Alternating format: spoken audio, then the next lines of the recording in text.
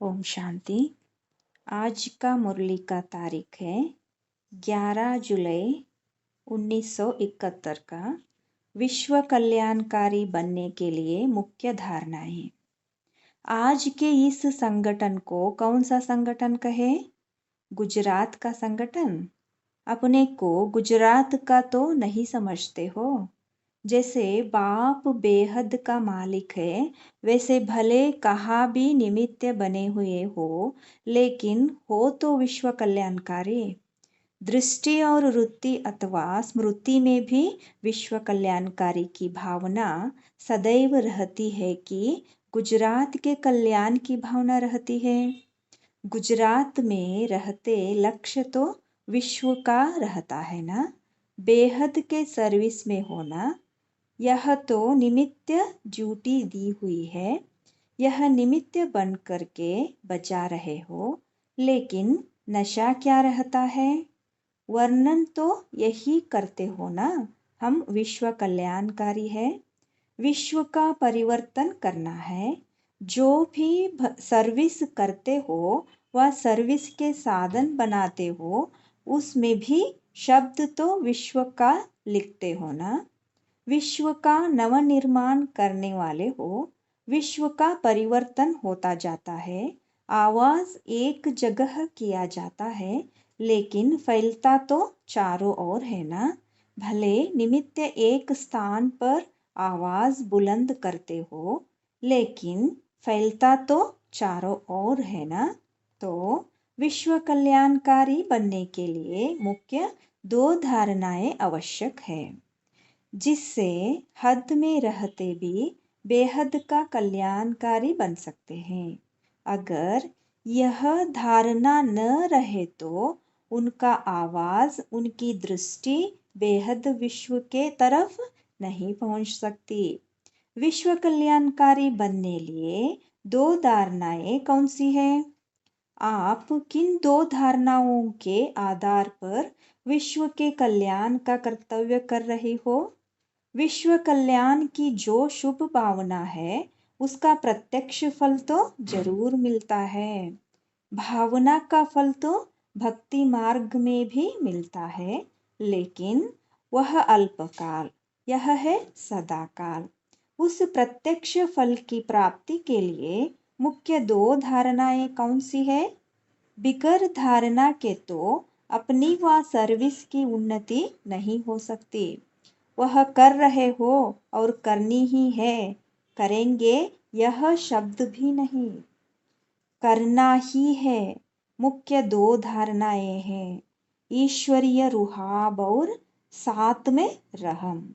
अगर रुहाब और रहम दोनों ही साथ साथ में है और समान है, तो दोनों गुणों की समानता से रूहानियत की स्टेज बन जाती। इसको ही रूहानियत व रूहानी स्थिति कहा जाता है। रुहाब भी पूरा हो और रहम भी पूरा हो। अभी रुहाब को छोड़ सिर्फ रहम करते हो व रहम को छोड़ सिर्फ रुहाब में आते हो। इसलिए दोनों के समानता से जो रूहानियत की स्थिति बनती है, उसकी कमी हो जाती है। इसलिए सदैव जो कोई भी कर्तव्य करते हो वह मुख से शब्द वर्णन करते हो, तो पहले चेक करो कि रहम और रुहाब दोनों समान रूप में है। दोनों को समान करने से एक तो अपना स्वमान स्वयं रख सकेंगे, दूसरा सर्व आत्माओं से भी स्वमान की प्राप्ति होगी। स्वमान को छोड़ मान की इच्छा रखने से सफलता नहीं हो पाती है। मान की इच्छा को छोड़ स्वमान में टिक जाओ तो मान परछाई के समान आपके पिछाड़ी में आएगा। जैसे भक्त अपने देवताओं व देवियों के पीछे अंधश्रद्धावश भी कितने भागदौड़ करते हैं, वैसे चैतन्य स्वरूप में स्वमान में स्थित हुई आत्माओं के पीछे सर्व आत्माएं मान देने के लिए आएंगी, दौड़ेंगी। वक्तों की भाग दौड़ देखी है। आप लोगों के यादगार जड़ चित्र है, उनमें भी चित्रकार मुख्य यही धारणा बरते हैं, एक तरफ शक्तियों का रुहाब भी फुल फोर्स में दिखाते हैं और साथ साथ रहम का भी दिखाते हैं। एक ही चित्र में दोनों ही भाव प्रकट करते हैं ना। यह क्यों बना है? क्योंकि प्रैक्टिकल में आप रुहाब और रहम दिल मूर्त बने हो, तो जड़ चित्रों में भी यही मुख्य धारणाएं दिखाते हैं। तो आप लोग अभी जब सर्विस पर हो तो सर्विस के प्रत्यक्ष फल का आधार इन दो मुख्य धारणाओं के ऊपर है। रहम दिल जरूर बनना है, लेकिन किस आधार पर और कब, यह भी देखना है। रुहाब रखना जरूर है, लेकिन कैसे और किस तरीके से प्रत्यक्ष करना है, यह भी देखना है। रुहाब कोई वर्णन करने व दिखाने से दिखाई नहीं देता। रुहाब नैन चैन से स्वयं ही अपना साक्षात्कार कराता है। अगर उसका वर्णन करते हैं तो रुहाब बदलकर रोब में दिखाई देता है। तो रोब नहीं देखना, देखना है रुहाब में रहना है। रोब को भी अहंकार व क्रोध की वंशावली कहेंगे, इसलिए रोब नहीं दिखाना है, लेकिन रुहाब में जरूर रहना है। जितना जितना रहम दिल के साथ रुहाब में रहेंगे तो फिर रोब खत्म हो ही जाएगा। कोई कैसे भी आत्मा हो, रोब दिलाने वाला भी हो, तो रुहाब और रहम दिल बनने से रोब में कभी नहीं आएंगे। ऐसे नहीं कि सरकमस्टांसेस ऐसे थे व ऐसे शब्द बोलो तो यह करना ही पड़ा, करना ही पड़ेगा, यह तो होगा ही। अभी तो संपूर्ण बने ही नहीं है। यह शब्द अथवा भाषा इस संगठन में नहीं होनी चाहिए, क्योंकि आप निमित्त सर्विस के हो, इसलिए इस संगठन को मास्टर नॉलेजफुल और सर्विसेबल सक्सेसफुल संगठन कहेंगे। जो सक्सेसफुल है वह कोई कारण नहीं बनाते, वह कारण को निवारण में परिवर्तन कर देते हैं। कारण को आगे नहीं रखेंगे। मास्टर नॉलेजफुल सक्सेसफुल आत्माएं कोई कारण के ऊपर सक्सेसफुल नहीं बन सकते। जो मास्टर नॉलेजफुल सक्सेसफुल होते हैं वह अपनी नॉलेज की शक्ति से कारण को निवारण में बदली कर देंगे, फिर कारण खत्म हो जाएगा।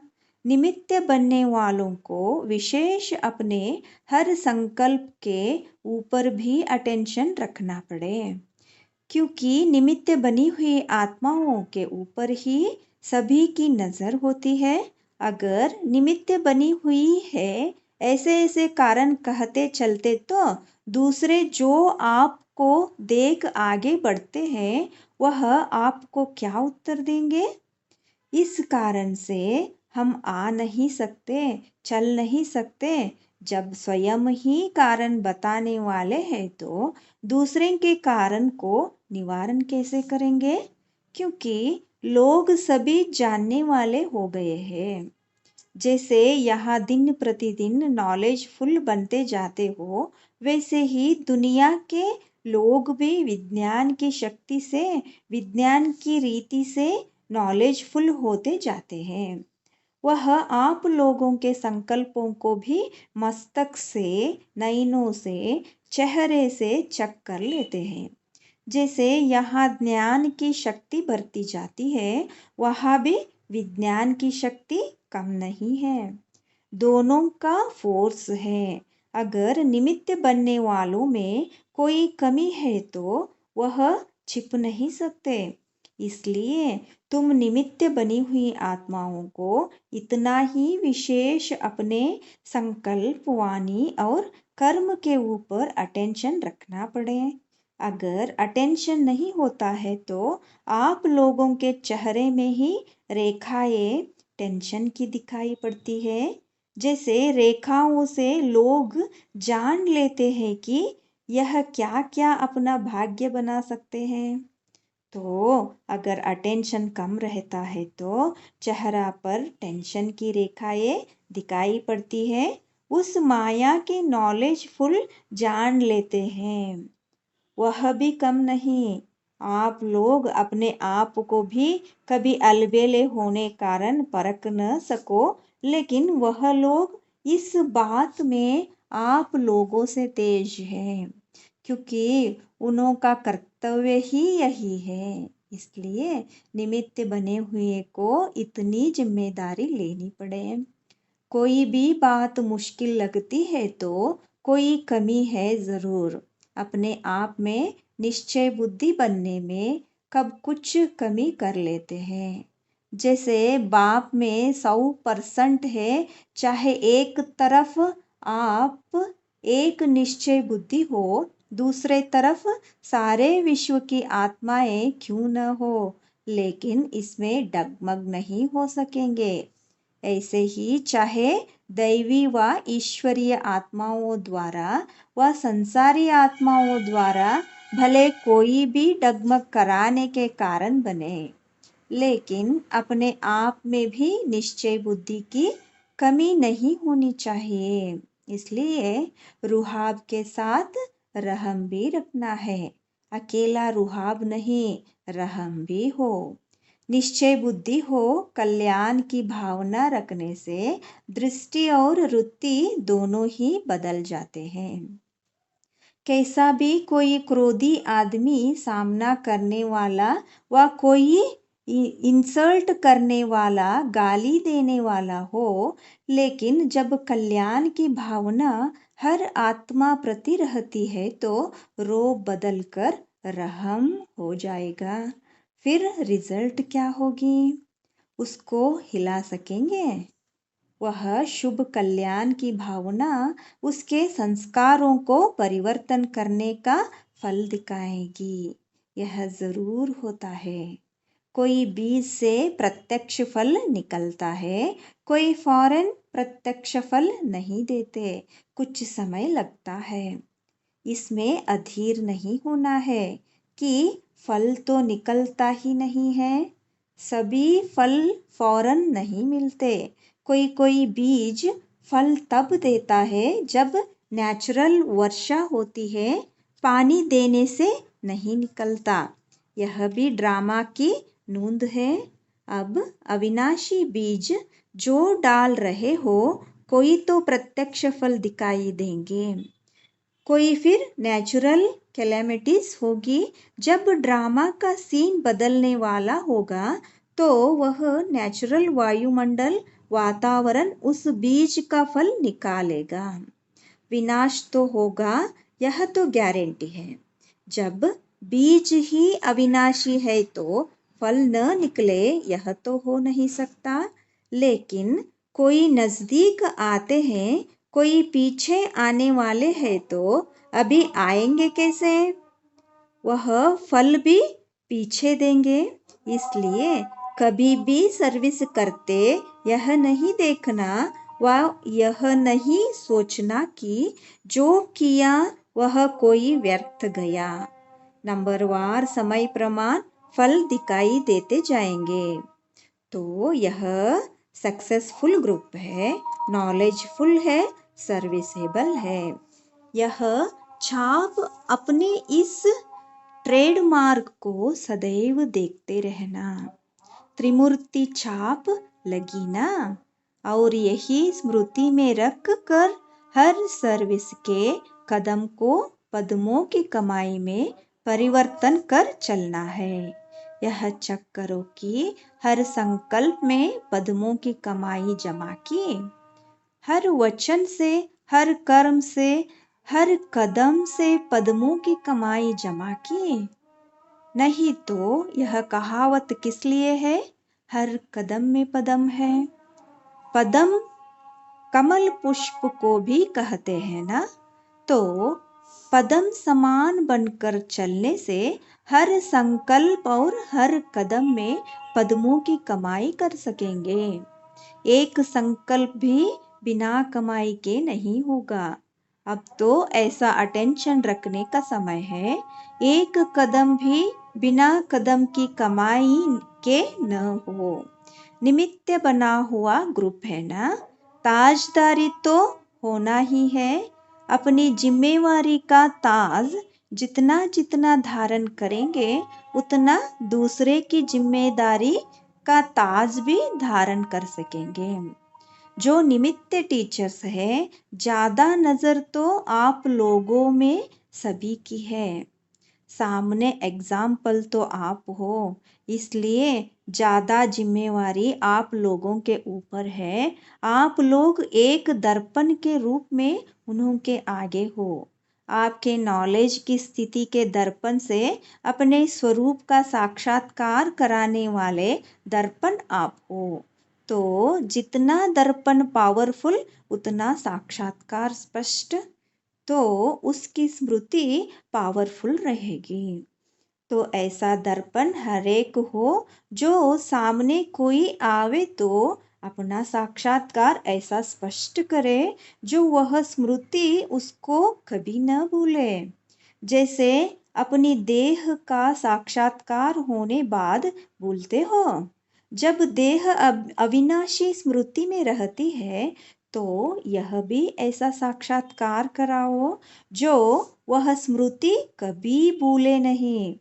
पावरफुल दर्पण बनने के लिए मुख्य धारणा कौन सी है? जितना जितना स्वयं अर्पणमय होगा, उतना ही दर्पण पावरफुल। ऐसे तो अर्पणमय हो, लेकिन जो संकल्प भी करते हो, कदम उठाते हो, वह पहले आपके आगे अर्पण करो। जैसे भोग लगाते हो तो आपके आगे अर्पण करते हो ना, उसमें शक्ति बढ़ जाती है। तो यह भी ऐसे हर संकल्प, हर कदम बाप को अर्पण करो। जो किया, जो सोचा, बाप की याद अर्थात बाप के कर्तव्य की याद। जितना अर्पणमय के संस्कार, उतना पावरफुल दर्पण। हर संकल्प निमित्त बनकर करेंगे, तो निमित्त बनना अर्थात अर्पण। नम्र चित्त जो होते हैं, वह झुकते हैं। जितना संस्कारों में, संकल्पों में झुकेंगे, उतना विश्व आपके आगे झुकेंगे। झुकना अर्थात झुकाना, संस्कारों में भी झुकाना। यह संकल्प भी न हो, दूसरे हमारे आगे भी तो कुछ झुके। हम झुकेंगे तो सभी झुकेंगे। सच्चे सेवाधारी होते हैं, वह जब सभी के आगे झुकेंगे, तब तो सेवा करेंगे। छोटे भी और प्यारे होते हैं, इसलिए अपने को सिखिलदे समझो।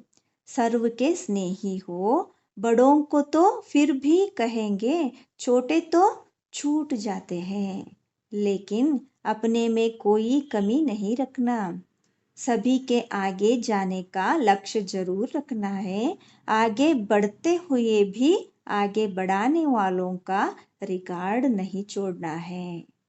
बढ़ाने वालों का रिगार्ड रखेंगे, तब वह आपका रिगार्ड रखेंगे। आपको देख अन्य करेंगे। हैंड्स अर्थात विशाल बुद्धि।